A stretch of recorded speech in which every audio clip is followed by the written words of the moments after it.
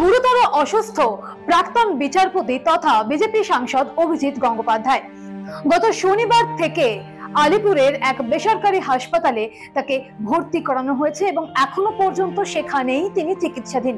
চিকিৎসকরা জানিয়েছেন, একদিকে অ্যাকিউট প্যানক্রিয়াটাইটিস, এর পাশাপাশি গ্যাস্ট্রোইন্টেস্টিনাল সেপসিসে আক্রান্ত হয়েছেন তিনি। 4 দিন পরেও অবস্থার খুব একটা উন্নতি হয়নি তার। মঙ্গলবার রাতে আচমকাই তীব্র শ্বাসকষ্ট শুরু হওয়ায় তাকে দেওয়া হয় নন ইনভেসিভ ভেন্টিলেশন। চিকিৎসকরা জানিয়েছেন, এই মুহূর্তে যথেষ্টই বিপদের মধ্যে রয়েছেন অভিজিৎ গঙ্গোপাধ্যায়। এখনো তার সুস্থতা নিয়ে সেই অর্থে চিকিৎসকরা কিছু বলতে পারছেন না। ইতিমধ্যেই তার জন্য গঠিত হয়েছে মেডিকেল বোর্ড এবং সেই মেডিকেল বোর্ড প্রত্যেকটা মুহূর্তে কড়া পর্যবেক্ষণে রাখছে তাকে।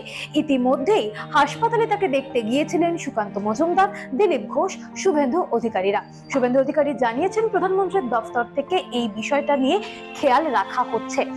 লোকসভা স্পিকার ওম বিড়লা তিনিও খোঁজ খবর নিয়েছেন কেমন রয়েছেন অভিজিৎ গঙ্গোপাধ্যায়। একদিকে অ্যাকিউট প্যানক্রিয়াটাইটিস, এর পাশাপাশি গ্যাস্ট্রোইন্টেস্টিনাল সেপসিস বা জিআই সেপসিস, এই দুয়ের আক্রমণে যথেষ্টই কাবু হয়ে পড়েছেন অভিজিৎ গঙ্গোপাধ্যায়। এর পাশাপাশি ডায়াবেটিস সহ আরো বেশ কিছু সমস্যা রয়েছে তার। সেই কারণেই চিকিৎসকরা তার শারীরিক অবস্থা নিয়ে যথেষ্টই চিন্তার মধ্যে রয়েছেন। চিকিৎসকরা জানাচ্ছেন, যত দ্রুত সম্ভব যেন সুস্থ হয়ে ওঠেন অভিজিৎ, তারাও এই প্রার্থনা করছেন এবং তাকে সুস্থ করে তোলার ক্ষেত্রে সমস্ত রকম আধুনিক চিকিৎসা প্রয়োগ করা হচ্ছে অভিজিৎ গঙ্গোপাধ্যায়ের উপর। দ্রুত সুস্থ হয়ে উঠুন অভিজিৎ গঙ্গোপাধ্যায়। বিজেপির পক্ষ থেকেও এই প্রার্থনা বারংবার করা হচ্ছে।